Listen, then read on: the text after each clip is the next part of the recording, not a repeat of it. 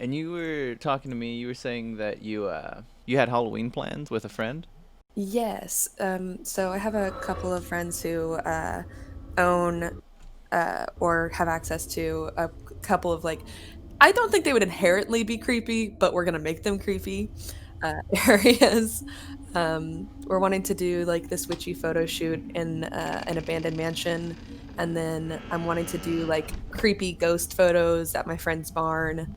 Um, and then I also have a cute little plague doctor that I'm wanting to do. I don't have a setting set for that one yet, though. So just fun, cute I mean, little photo cute shoots. in the I don't creepy know, kind of think they're way, going you to be know? cute, but Yeah, the best kind of cute. creepy cute.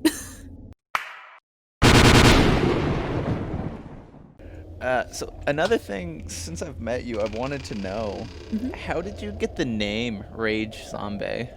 It's actually pretty cringy, Okay, as all good names are. of Um, course. I actually went to school at Oklahoma State University, and there's a game called Humans versus Zombies, which is like a campus-wide game of tag that goes for an entire week. And I got tagged and turned into a zombie, and I rage quit and broke my Nerf blaster. And so when I started playing as a zombie, they called I my friend gave me the nickname Rage. And so I was the Rage Zombie Girl, and then it evolved to Rage Zombie, and that's what it became a gamer tag. And then whenever I made my cosplay page, one of my friends misheard it, and he thought I said Rage Zombie, and I was like, you know what, that's cuter. Let's go with that one. I love that. Yeah.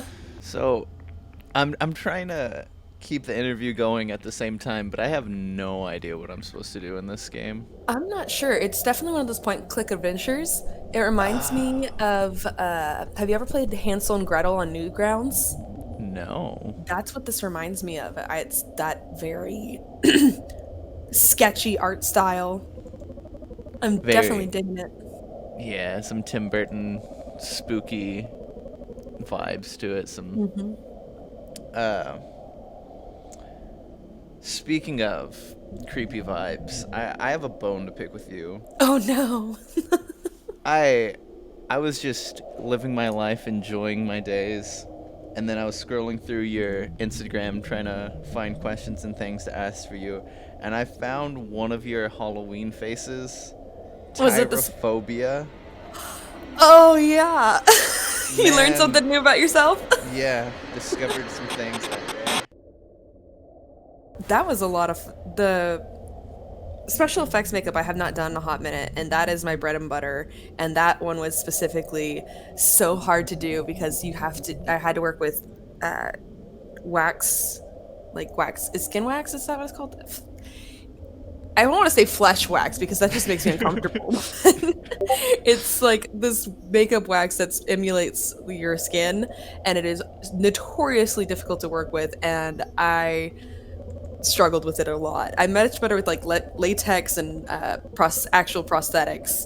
So that was fun. That was actually like outside my comfort zone fun. But a lot of my friends also texted me and said, "What the hell? What's going on?" That's fair. Do you have any cosplays that you're like saving specifically for when cons get back out, or are you just like have a lot of cos plans queued up? Yes. I specifically have a Yeskier cosplay from Witcher that I am Okay. I'm waiting till Ren Fair opens up so I can actually get some really good photos with him.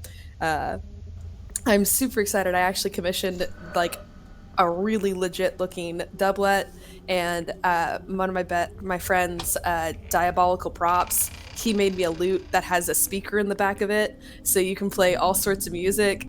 And so I looked up like modern music that's played in medieval uh, style. And there's like pumped up kids, but uh, it's Like hilarious. It's great, and I cannot wait to take it to an actual Ren fair and just run around as Yeskier the Bard.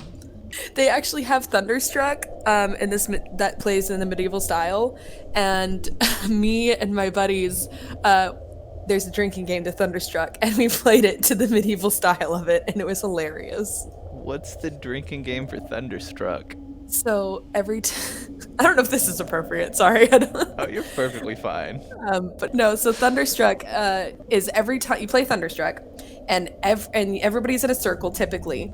Normally, who's ever holding the speaker starts it, and then every time someone says thunder, you waterfall until it says thunder again, and then the person to your left, they start drinking and they don't stop drinking until it says thunder again. And Oh. it's terrible because there is a guitar solo in the middle of the song and you're just waterfalling the whole time. Well, since we're already on the topic of alcohol, it's gonna be a few months, about 4 months after this video comes out, but I just want to get more familiar with Bacon Night. If you, I love how that's like infamous. I get that question so much. So again, as all good stories do, it was back in college, of course. and all of my friends are fairly nerdy. Oh God, did you die? I think so. Wow, I don't know what he did not like that. I gave him a rat the first time, and it said we became friends. Oh, But I gave him seeds, and now he's very upset. you think a raven would like seeds, Yeah. or maybe you need to plant them. Oh, that might be a better idea. Oh gosh. Well, Homie at least we get that Raven. hollow. My homie Raven. Oh, my homie Raven, I need you to chill. So Bacon Ba- night. Bacon Right, night. right. My friends, we're all fairly nerdy, and so everyone kind of had that extra forever alone vibes going on, and so everyone was getting very depressed around around Valentine's Day, and a couple guys said that you know what, this year no more moping, we're all just going to get together and have bacon night. And so it originally started out as a guys night, and then I forget if it was me or one of my other girlfriends they were like, wait, no, that sounds awesome, I want to go to bacon's night. And then a bunch of people started crashing bacon night that year, and so then the next year they made it an actual party. So from now on, Valentine's Day was everyone's favorite holiday because we just all got together, we all cooked copious amounts of bacon, and then just got absolutely plastered. And there's so many hilarious stories that happen on bacon night, and I feel like other people like leave their shenanigans for like New Year's, like that New Year's and 4th of July, that's when their crazy times is, and then for some reason ours is in the middle of winter in on February. Just drinking and scarfing down bacon, which sounds like Yes. a hell of a party. And it's also just really fun because like everyone comes together and we cook, and then by the end of the night we're all just like, I love you, no, I love you, and it's just like celebration. It's beautiful on so many levels. It's a lot of fun. Speaking with things that do live in infamy, I know you did it just because you could. But where did you come up with the idea for the popcorn bathtub shoot? Oh, I had a coworker. He was a part-time worker at my job, and his second job was working at a movie theater. And so he'd just bring in tons of bags of stale pop, or quote unquote stale popcorn from the movie theater, and he'd just leave it in our office. And so one Friday I was like, "Hey, can I take this?" And he goes, "I mean, yeah, sure, I don't care." And he apparently did not mean for me to take all 3 bags, but I took Oh. all 3 giant trash bags full of popcorn. And everyone's like, "What are you gonna do with it?" I'm like, I'm gonna put it in a bathtub." So I dragged it over to my mom's house, and I made her help me with it. But it was literally just because I had it. So I was just like, I'm gonna do it. If you like, there's no way anyone could eat that much popcorn. And then they were just gonna throw it out. And I'm like, I'm gonna make this into art. I'm actually so the anniversary of that is September 11th, and I've already talked to my friend. I'm like, well, now I got to do another bathtub photo shoot. Oh, absolutely. So we're already planning a sequel. So, out of all your cosplays, even included your makeup looks as well, if you'd Okay. like to include those. Sure. What is your favorite cosplay or look to do? I really like Air. She's my Viking OC. Well, Okay. she's like my Valkyrie OC that I have. Her makeup is so much fun. Um, she's has like this gold aesthetic to her, so but my skin tone doesn't really show up very well, so I have to do these like, or it's the white that doesn't show up very well, so I have to like go in and shade with gold to make the white really stand out. And then I had to learn like new techniques to make sure that the gold around my eye would pop out and like everything would mesh well together. And it was just a really fun creative process of like trying to work with my skin tone to get the look to look right on camera. So Air is a really big good one. I feel like Yang's just easy for me to get into because I'm so used to doing it at this point. That's fair.